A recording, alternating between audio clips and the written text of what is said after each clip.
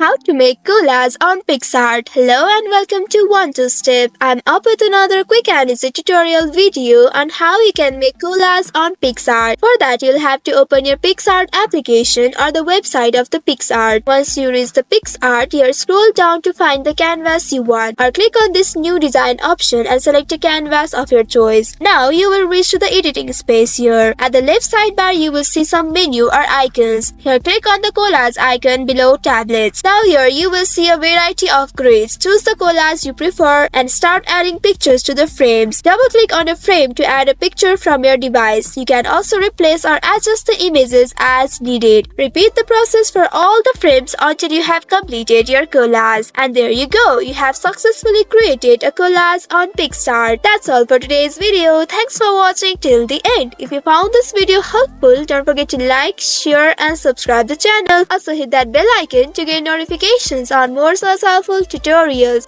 See you in next video. Stay connected.